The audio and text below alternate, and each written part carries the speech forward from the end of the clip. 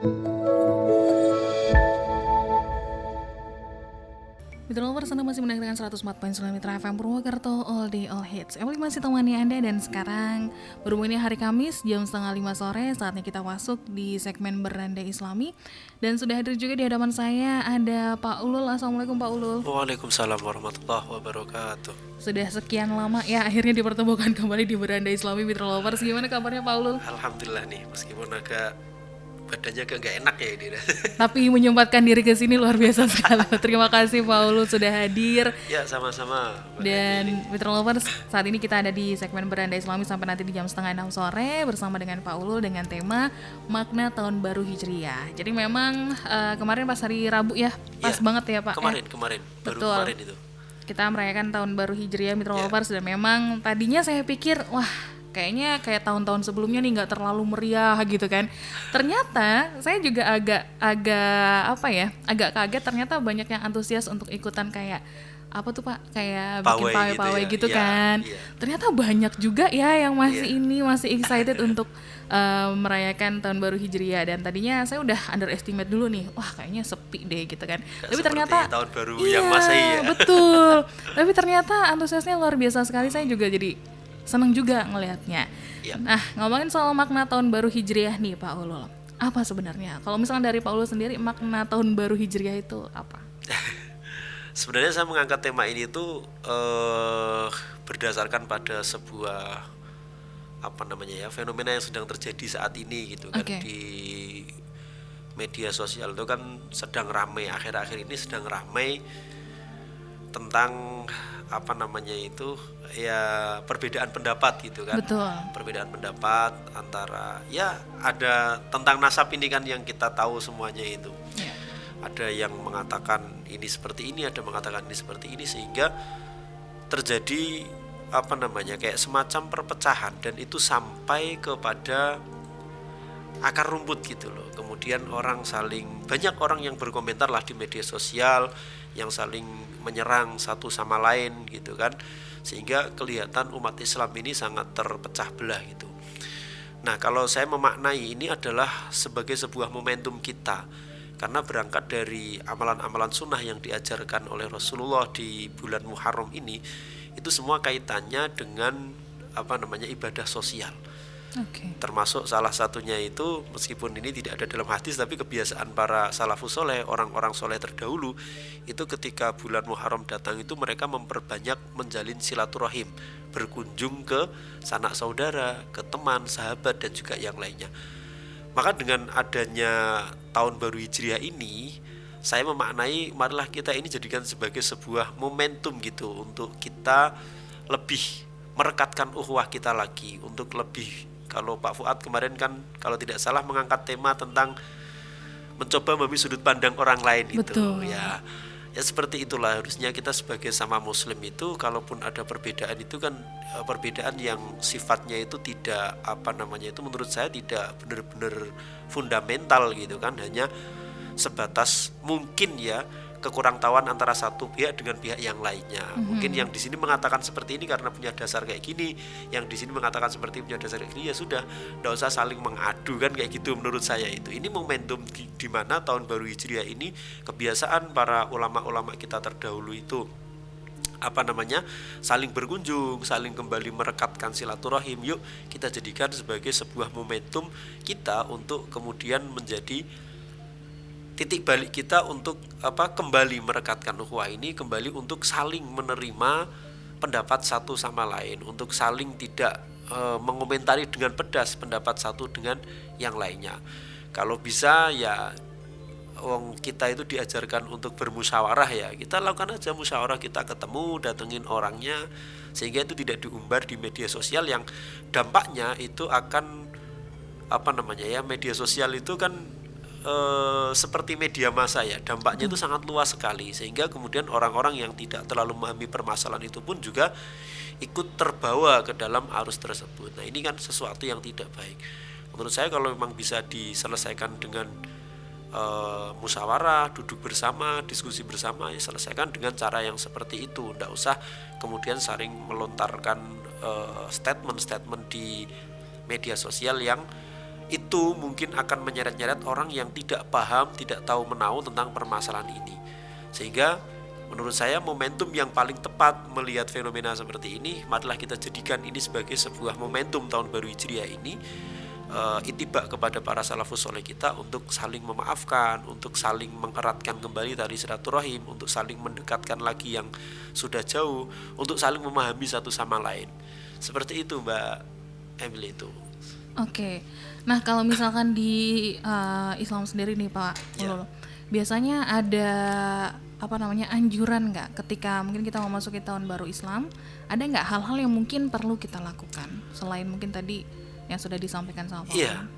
Kalau di dalam Islam itu, dalam beberapa tulisan saya membaca gitu ya, menganalisis gitu, yang paling penting kita lakukan di tahun baru ini menjelang tahun baru ya, berarti di akhir tahun kemarin ini, dan meskipun ini ya belum terlambat menurut saya, itu adalah introspeksi diri.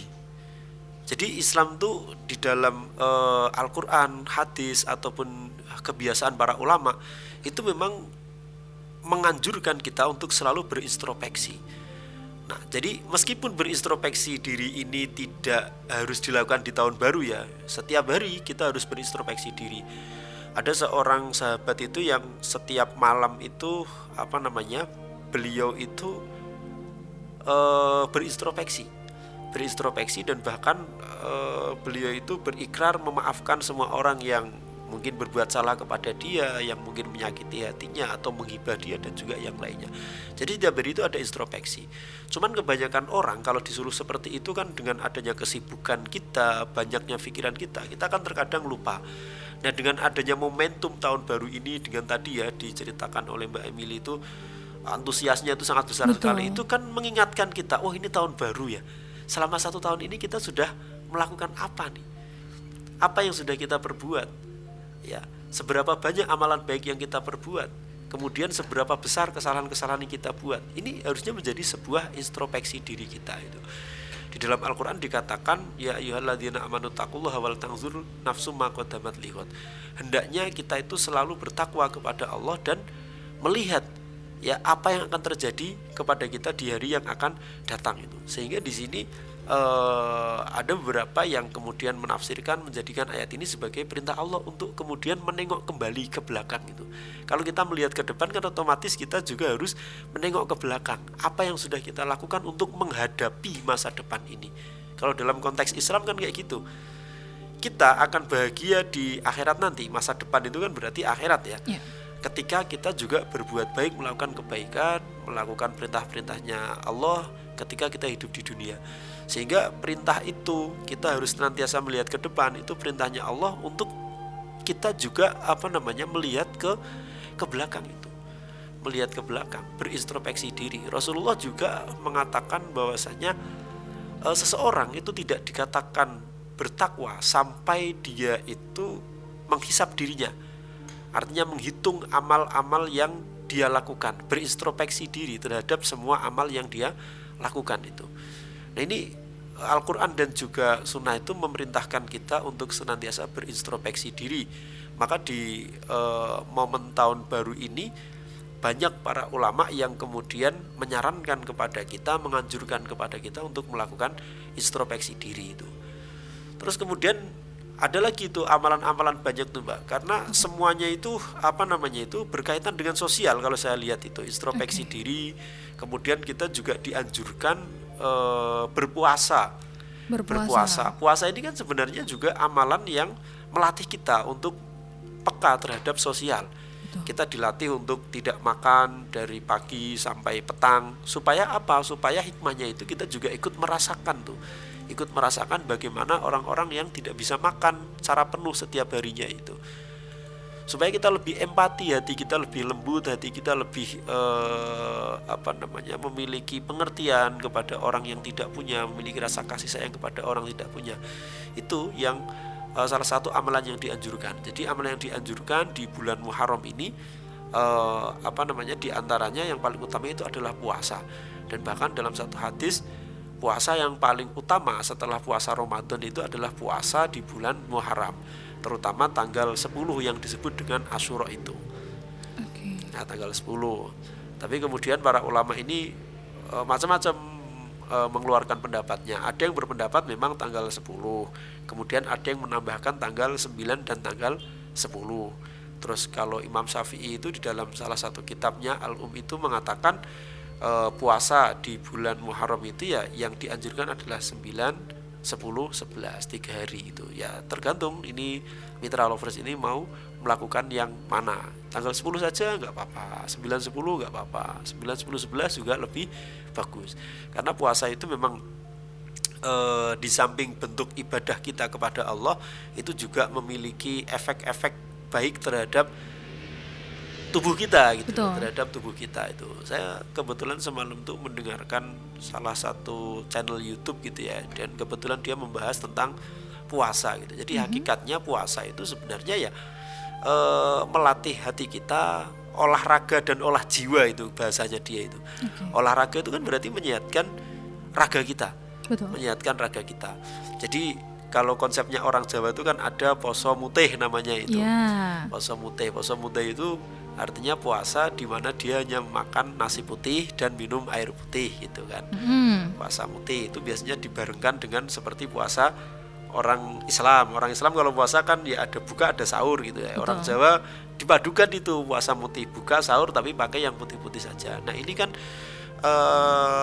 cocok gitu ya untuk orang yang mau menurunkan berat badan misalkan kayak gitu, untuk menyehatkan badan. Terus ada juga poso ngerawat kayak gitu. Poso ngerawat itu puasa yang tidak makan nasi, jadi karbohidrat itu dihindari. Jadi biasanya diganti dengan umbi-umbian. Itu konsep puasanya orang Jawa itu dulu. Jadi dulu itu sebelum disyariatkannya puasa di umat Islam itu, orang Jawa juga sudah mengenal apa yang namanya puasa itu gitu kan. Nah ini kan kalau secara ilmiah orang yang menghindari makan nasi itu kan glukosanya tinggi sekali itu. Orang yang memiliki diabetes, nah ini bagus puasa dengan puasa ngerawat ini. Jadi dia tidak memakan nasi, diganti umbi-umbian, atau kalau konsep yang saya dengarkan itu bisa dengan sayur atau apapun itu. Yang penting tidak makan nasi itu. Dan beliau sendiri yang punya channel sendiri itu sudah melakukan itu kurang lebih selama 3 tahun, dan yang dia rasakan itu katanya badannya tuh semakin ringan, semakin enak gitu loh puasa ngerawat itu. Nah itu jadi kita semakin banyak berpuasa gitu kan sebenarnya juga baik juga untuk jiwa dan raga kita. Tadi hikmahnya itu ya sebenarnya tujuan puasa itu ibadah sosial, karena emang Islam itu agama sosial gitu loh. Bahkan ada satu penelitian itu di Al-Quran itu ayat untuk beribadah langsung kepada Allah dengan beribadah secara sosial melalui makhluknya yang lain, manusia atau alam semesta ini, itu 1:1000 atau 100 itu kalau saya nggak salah, itu 1:100 lah ya, 1:100. Kalau 1000 enggak, karena ayatnya itu kan cuma 6600 sekian gitu. 1:100 dari ajaran itu. Jadi memang Islam itu adalah agama yang sosial itu. Terus yang paling populer itu di Asyura ini kan kita dianjurkan untuk menyantuni anak yatim. Terus kalau menyantuni anak yatim sebenarnya tidak hanya di Asyura tanggal 10 Muharram saja, tapi setiap saat kita juga dianjurkan untuk menyantuni anak yatim gitu kan. Cuman ada ritual khusus gitu ya, supaya kita lebih lebih memiliki perasaan gitu ya. Kebiasaan salafus soleh itu sambil mengusap-ngusap kepalanya, kan kita dianjurkan kayak gitu. Tanggal 10 Muharram itu kalau menyantuni anak yatim sambil diusap-usap kepalanya, supaya mereka juga tidak hanya merasakan kasih sayang melalui materi, tapi juga kasih sayang secara langsung. Mengusap kepala itu kan simbol dari memberikan kasih sayang kan, kayak gitu. Jadi kita seakan-akan itu ya memberikan kasih sayang penuh kepada dia, baik secara psikologis ataupun secara material kan, kayak gitu. Itu adalah amalan-amalan yang dianjurkan atau dipraktekkan oleh salafus soleh terdahulu itu. Jadi ada introspeksi diri, ada berpuasa, kemudian menyantuni anak yatim, kemudian ada lagi itu ya yang mengatakan memakai celak. Memakai celak itu nanti pas malam tanggal 10 tuh biasanya kan orang pada pakai celak itu supaya terhindar dari penyakit mata dan juga yang lainnya kayak gitu tuh. Nah itu adalah amalan-amalan, ajaran-ajaran. Dan bulan Muharram ini sesuatu bulan yang mulia, disebut sebagai bulannya Allah itu. Jadi dalam Islam itu 1 tahun itu ada 12 bulan sama seperti Masehi, dan ada 4 bulan yang mulia itu, yaitu Dzulqa'dah, Dzulhijjah, Muharram, sama bulan Rajab. Itu adalah 4 bulan yang mulia. Nah, kenapa kemudian ini bulan Muharram itu menjadi bulan yang mulia gitu kan? Nah, ini kan pasti timbul pertanyaan-pertanyaan, dan dia juga terkenal dengan bulannya Allah itu. Jadi bulan Muharram itu adalah bulannya Allah. Kenapa disebut seperti itu, Pak?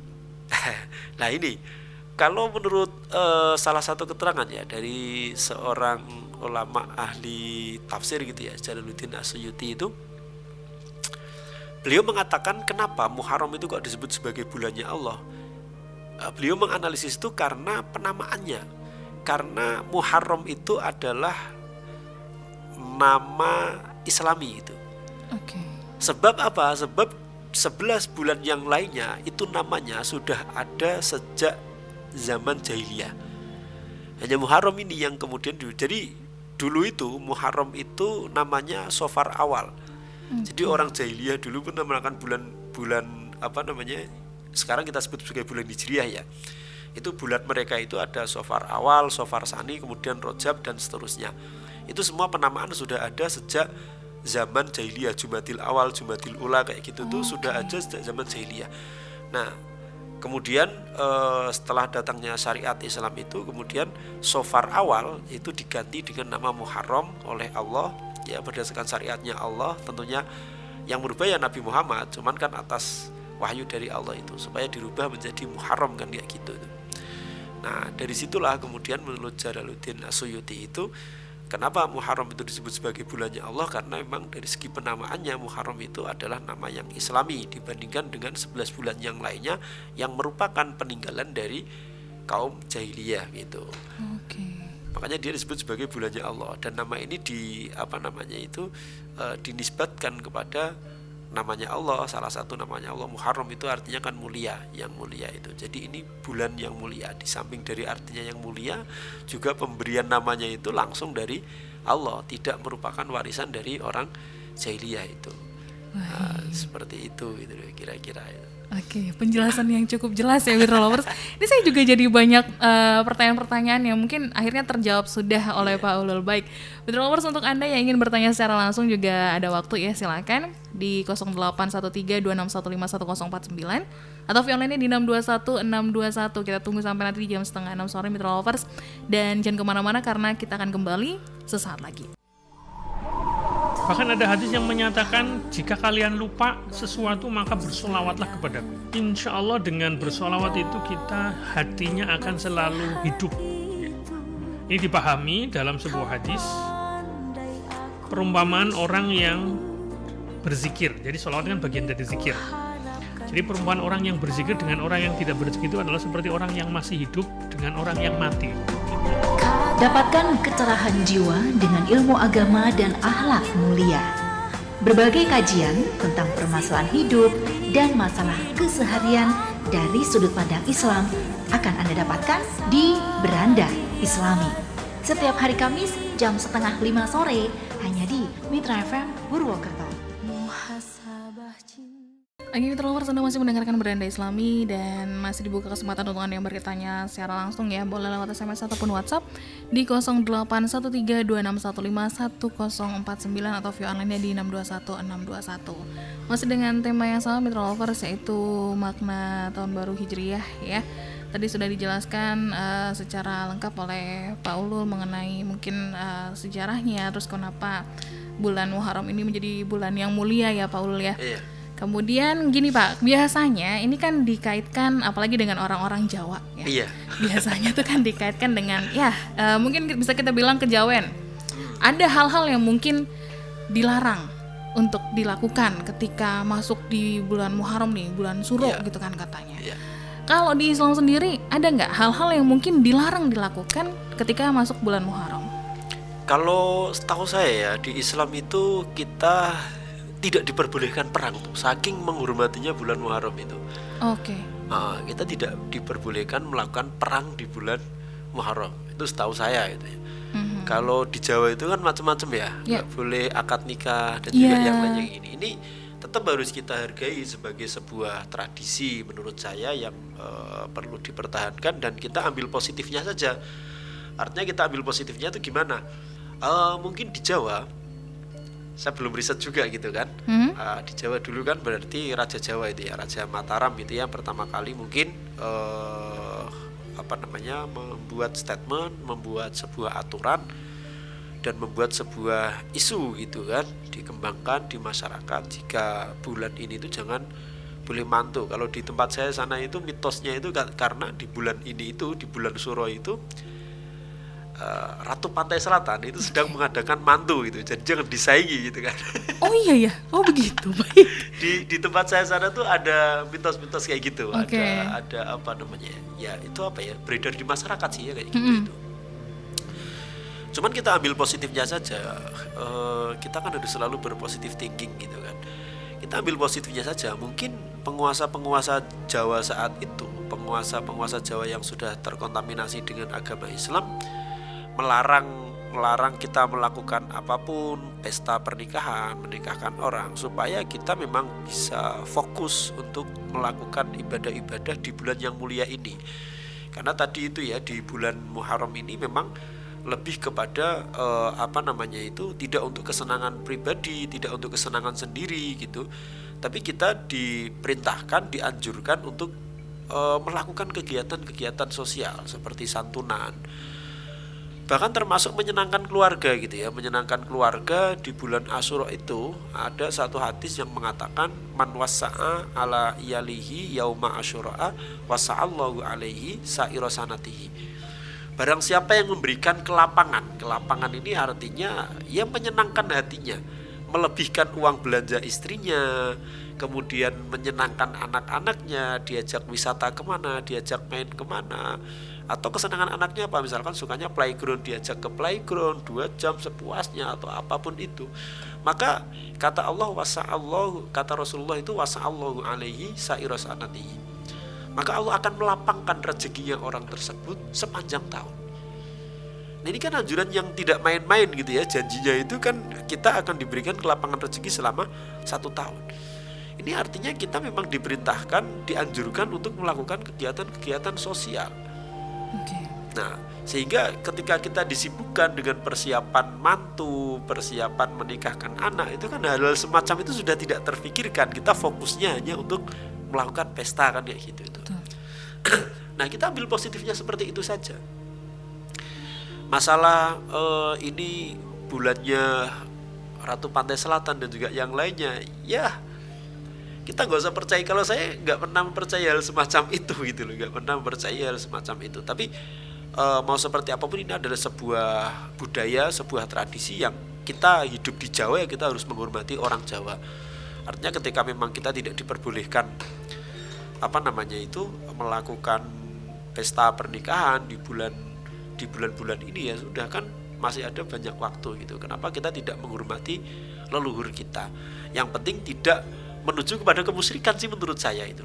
Kalau misal kepada kemusyrikan tuh kayak gini, misalkan kita nggak berani mantu, ketakutnya kalau mantu nanti akan dihancurkan oleh gitu. Nah, ini kan nggak boleh.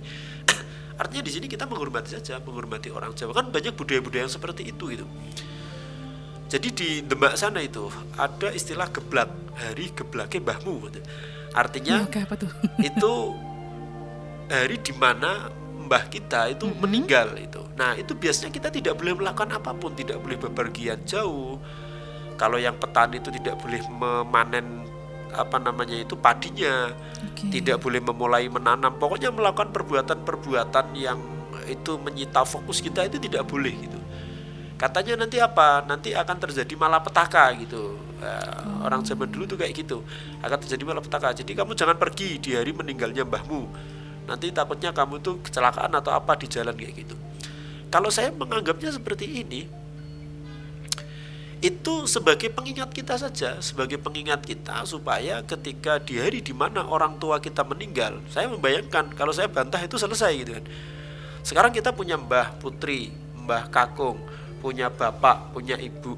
Kalau mereka meninggalnya tuh di hari yang tidak sama terus itu, misalkan hari Ahadnya mbah kakung, hari mbah putri kebetulan meninggal hari Senin dan seterusnya gitu kan. Berarti setiap hari kita nggak boleh ngapa-ngapain dong. Iya juga ya. Iya kan. Iya juga sih. Gak logis itu loh, gak logis. Jadi Kalau saya kayak gitu, positive thinking saya itu adalah beliau itu mencoba untuk mengingatkan kita supaya di hari kematian mbah kita itu minimal di hari kematiannya kita mengingat dan kita mendoakan gitu loh. Karena salah satu tugas duria, tugas anak cucu itu kan mendoakan sesepuh-sesepuh kita. Dan orang dulu itu kalau di dalam ilmu psikologi kalau tidak salah itu ada istilah Occam Razor Principle, pisau Occam itu. Jadi orang diajak berbicara itu lebih mudah diajak sesuai dengan pemahamannya gitu. Kalau dalam konteks dakwah itu khotibun nas ala qadri uqulihi, berbicara kepada orang sesuai dengan konteksnya. Nah, karena dulu Jawa itu kental sekali dengan animisme dinamisme, makanya ya cara ngomongnya kayak gitu aja itu. Kamu jangan pergi di hari ini, nanti kamu tidak kecelakaan, nanti kamu dimakan ini, nanti kamu akan bertemu ini. Itu kan akan lebih dipercaya dibandingkan kamu tuh jangan pergi, nanti kalau misalkan kamu pergi kamu gak mendoakan mbahmu dan apa, dilanggar gitu loh. Jadi dengan sesuatu yang mudah, pisau Occam namanya kalau dalam psikologi, kita memberikan contoh yang dipercaya oleh mereka itu. Jangan keluar ketika menjelang petang, nanti kamu digondol gendruwo atau apa. Nah, itu kan lebih memberikan pemahaman, lebih dianutkan omongan kita dibandingkan itu tuh sedang pergantian energi dari siang kepada malam. Kalau tubuh kita nggak kuat, nanti kita akan jelek, kita akan sakit dan juga yang lainnya. Makanya ketika ada sakit itu orang tua dulu itu kan pasti itu gara-gara itu kesambet di sana dan yang lainnya. Padahal memang perpindahan energi itu kan ya, kita kalau misalkan dari musim kemarau ke musim penghujan kan pasti banyak orang sakit. Sebaliknya dari penghujan ke kemarau karena daya tahan tubuh kita itu kan baru menyesuaikan. Nah, dari siang ke malam itu kan juga terkadang kan siangnya panas, malamnya dingin banget. Nah, ini kan bisa kalau tubuh kita sedang nggak fit bisa sakit. Nah, tapi orang dulu cara menyampaikannya kan kayak gitu, dengan sesuatu yang simpel, sederhana, yang itu dipahami gitu. Nah, sekarang tugas kita kan mencari sebenarnya budaya itu tuh seperti apa artinya kan kayak gitu. Kalau saya selalu berpikir positif terus kayak gitu, ya memang ajaran orang dulu kayak gitu. Dan saya punya prinsip ya, kita hidup di di Jawa ya kita harus menghormati budaya mereka. Yang penting tidak pada budaya kemusyrikan itu tadi. Misalkan kita nggak berani menikahkan anak di bulan Muharram karena takut dengan Ratu Pantai Selatan atau apa kayak gitu kan. Nah, ini kan sudah kepada satu kemusyrikan, kita nggak percaya kepada la haula wala quwata illa billah kan seperti itu. Ya tujuan kita hanya menghormati saja, menghormati budaya, karena kita nggak tahu persis kan kenapa dulu budaya ini dibuat itu. Belum ada yang riset kan, kecuali ada yang riset budaya ini memang dibuat, dikeluarkan oleh misalkan Raja Mataram Islam karena perintah dari Nyi Kidul. Nah, ini perlu kita langgar gitu. Tapi kan belum ada yang bisa meneliti sampai ke sana gitu. Jadi sebagai seorang muslim menurut saya, kalau saya punya prinsip di mana langit dijunjung, di mana bumi dipijak, di situ langit dijunjung kan kayak gitu. Kalau kita hidup di lingkungan orang Jawa ya kita jawani kan kayak gitu. Jangan seperti orang-orang, kalau saya nggak terlalu setuju dengan orang-orang yang agak fundamentalis kayak gitu kan. Kamu itu orang Islam yang hidup di Jawa atau orang Jawa yang Islam kan kayak gitu. Itu kan dua hal yang berbeda menurut mereka. Kalau kita orang Jawa yang Islam kan wis dadi wong Jawa koyo ngono, Islame rada gimana gitu kan, nggak terlalu Islami gitu. Tapi kalau Islam yang hidup di Jawa ya yang kamu junjung itu Islamnya. Kamu tuh Jawa itu cuma tempatmu saja. Tapi akidahmu itu adalah Islam kan kayak gitu. Kalau saya ya Islam itu fleksibel, bisa di mana saja. Bisa di mana saja, dan Islam tidak merubah budaya kok. Kalau Islam merubah budaya, harusnya itu pakaian orang Arab Islam itu sekarang nggak seperti, karena dulu orang jahiliyah pakaiannya juga kayak gitu. Dan Rasulullah tidak merubah itu karena itu budaya gitu loh. Mungkin ada beberapa memang kita tidak boleh dianjurkan untuk kemudian supaya kita berbeda dengan orang non Islam, seperti kita disunahkan, orang Islam itu disunahkan untuk memanjangkan jenggotnya dan mencukur kumisnya supaya tidak menyerupai orang Yahudi. Termasuk puasa Asyura ini tadi. Kenapa kemudian ditambah 1 hari gitu kan, supaya tidak menyerupai puasanya orang Yahudi. Karena dulu ceritanya Rasulullah ketika di Madinah setiap tanggal 10 Asyura itu orang-orang Yahudi pada puasa gitu. Orang Yahudi pada puasa. Kenapa kamu kok berpuasa? Karena pada tanggal ini gitu kan, pada tanggal ini tuh umat Yahudi, yaitu ketika umatnya Nabi Musa itu selamat dari kejaran Firaun kan kayak gitu tuh. Lah terus kemudian Rasulullah itu ya anak hakku minka, saya lebih berhak memuasai atau berpuasa di hari ini dibandingkan dengan kamu. Tapi ya sudah, itu budaya mereka, mereka sudah berpuasa, keyakinan mereka. Rasulullah itu kan Rasulullah itu meskipun Rasul diperintahkan untuk berdakwah itu, tapi beliau tidak memaksa. Itu orang Yahudi yang ada di Madinah yang mereka di bawah perlindungan Rasulullah, itu bayangkan gitu kan. Makanya sudah, karena itu budayamu kamu lakukan. Nah, supaya umat Islam itu berbeda, supaya tidak dianggap seperti ibadahnya orang Yahudi, akhirnya ditambahlah puasa tanggal 9 namanya puasa Tasu'ah itu. Kan sejarahnya seperti itu gitu loh. Jadi memang Islam itu sesuatu yang menghormati budaya, menurut saya, bahasa saya kayak gitu. Makanya di beberapa waktu yang lalu ada sempat pro dan kontra gitu ya, tentang apa yang disebut dengan Islam Nusantara. Itu ada beberapa kelompok yang salah memahami Islam Nusantara itu adalah sebuah aliran baru. Mungkin mereka takutnya nanti seperti Az-Zaitun gitu kan.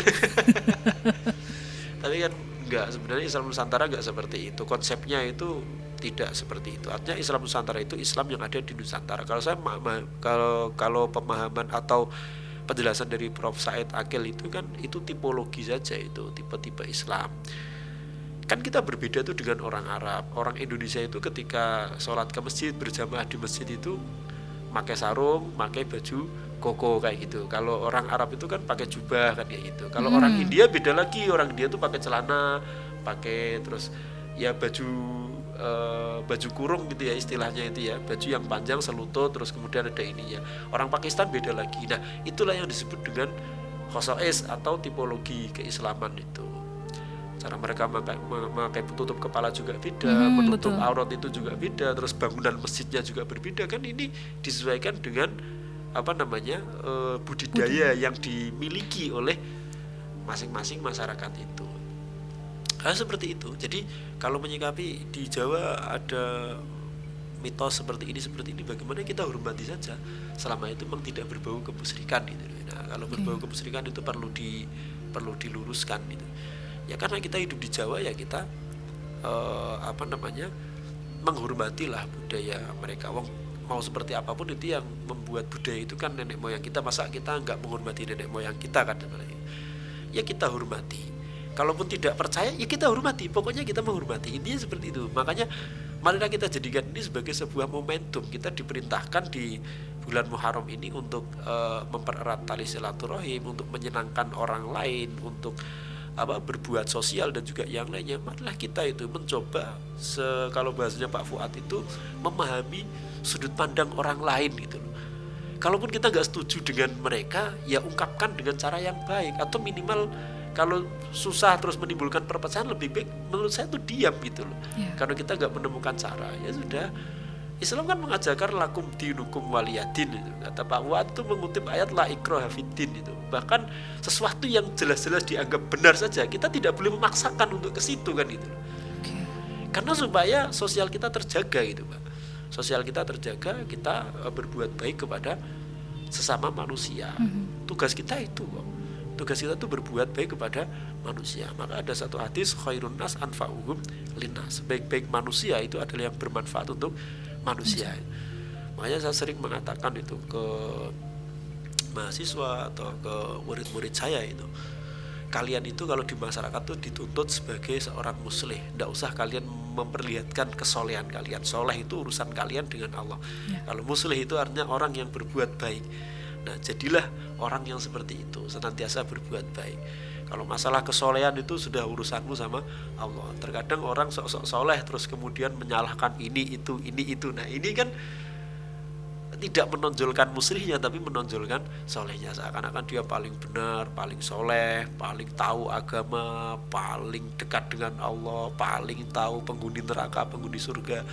Akhirnya gampang mengatakan orang ini neraka, orang ini surga, terus kemudian ini tidak baik dan juga yang lainnya. Ya kita harus bersikap bijak. Maka dari itu saya mengajak kepada seluruh pendengar ya, mitra lovers, marilah kita jadikan ini sebagai sebuah momentum. Mari kita saling maafkan satu sama lain, kita saling menjalin hubungan yang baik lagi satu sama lain. Karena memang ibadah di Muharram ini, di bulan Muharram ini, kalau saya melihat ajaran-ajaran yang ada di bulan Muharram ini diarahkan supaya kita memiliki tepos liro, tenggang rasa, dan memiliki sifat simpati yang lebih tinggi kepada lingkungan kita, kepada orang-orang di sekitar kita itu. Maka kalau kita yang sekarang mungkin sedang berseberangan, yuk kita mencoba untuk memahami mereka. Minimal tidak menyeret-nyeret orang lain untuk mengikuti kebencian kita kepada orang lain. Kadang kan orang benci dengan itu terus kemudian minta dukungan dari orang gitu kan. Ya kan, mencari pengikut gitu kan. Betul. Mencari dukungan supaya apa yang saya lakukan itu benar gitu, mencari pembenaran gitu. Nah, minimal enggak kayak gitu. Kalau enggak setuju ya sudah enggak setuju. Lakukan dengan cara yang baik, berdiskusi yang baik. Kalau misalkan masih tetap saja enggak ketemu jalan tengahnya, ya minimal diam, tidak saling menyerang. Karena kalau saling menyerang itu nanti yang timbul adalah perpecahan. Apalagi kalau sama-sama memiliki pengikut yang besar kayak gitu kan, nanti yang tidak tahu itu pengikut-pengikutnya itu ya, nanti ketemu sama pengikutnya akan terjadi perpecahan. Nah, ini kan yang tidak kita inginkan kan semacam itu. Jadi sekali lagi, kalau saya memaknai dengan fenomena yang ada saat ini, memaknai tahun baru Hijriah ini adalah sebagai momentum untuk kembali kita merajut ukhuwah. Ya, awalnya saya pengen membuat judul itu ya, merajut ukhuwah di tahun baru Hijriah kayak gitu. Tapi kayaknya itu terlalu sempit sekali gitu kan. Baik. Karena fenomenanya sekarang itu sedang terjadi perpecahan-perpecahan gitu. Kalau kita lihat di media sosial, kalau mungkin mitra lovers yang mengikuti itu ada kasus-kasus tertentu itu, kita di situ banyak umat Islam yang kemudian terpecah-pecah gitu kan. Ya, betul. Sampai melakukan perbuatan-perbuatan yang anarkis, sesama orang Islam kok saling menyerang dan yang lainnya. Nah, ini sebenarnya bukan hal yang baru dari zaman dulu. Kita zaman kerajaan Islam dulu itu selepas Khulafaur Rasyidin itu kan juga saling menyerang gitu. Ketika pemerintahan Ali bin Abi Thalib itu kemudian Muawiyah melakukan penyerangan, perang terjadi, terus kemudian sampai berdirilah, singkat cerita berdiri Bani Muawiyah. Nah, ini yang Bani Abbas ini keturunan dari Bani Hasyim, keturunan saudara-saudaranya Ali tidak terima, akhirnya memerangi. Akhirnya kalah Bani Umayyah itu, Bani Abbasiyah berdiri, kemudian sisa-sisa dari Bani Umayyah mendirikan kerajaan lagi, terus kemudian nyerang lagi, kan kayak gitu terus itu. Kalau Islam dibawa kepada politik pasti yang terjadi seperti itu gitu.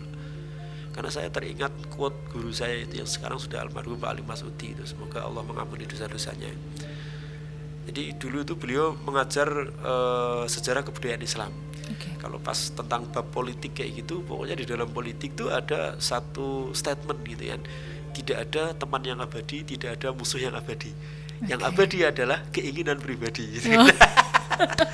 Ini dari guru saya sampai sekarang tuh ingat betul. Jadi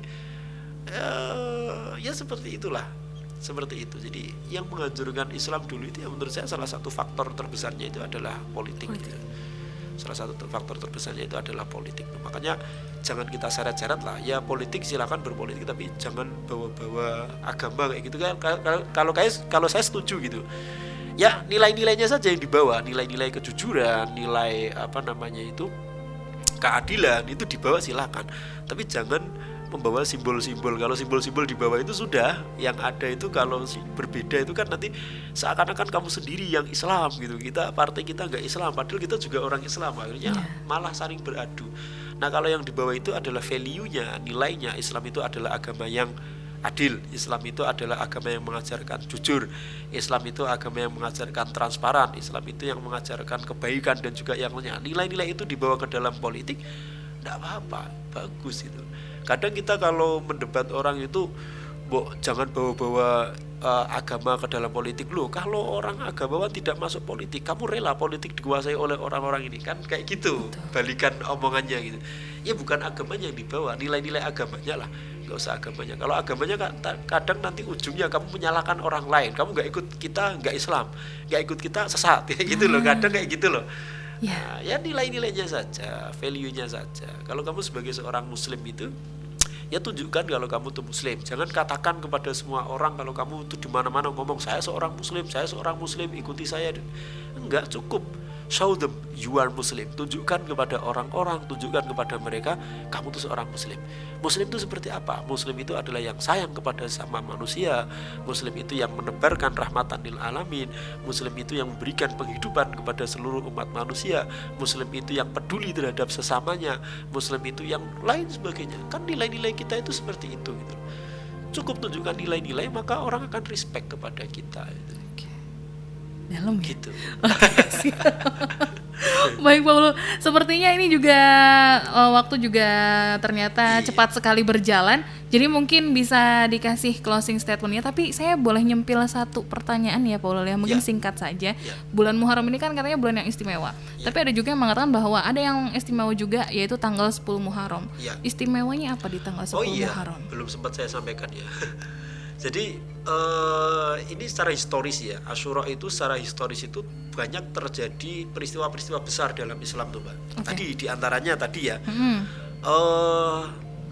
Nabi Musa itu selamat dari kejaran Fir'aun itu juga tanggal 10. Kan kita tahu tuh Nabi Musa dikejar-kejar terus membelah lautan, itu pas tanggal 10 Asyura, 10 Muharram yang kemudian disebut Asyura itu. Terus kemudian Nabi Adam diterima tobatnya. Dulu Nabi Adam kan pernah melakukan kesalahan di surga itu, makan buah itu. Itu juga di tanggal 10 Muharram. Terus kemudian ada lagi itu sembuhnya Nabi siapa ya? Ishak berarti yang punya sakit itu. Yang punya sakit itu kan ada Nabi yang sakit lama itu. Ya, Ishak kalau tidak salah itu.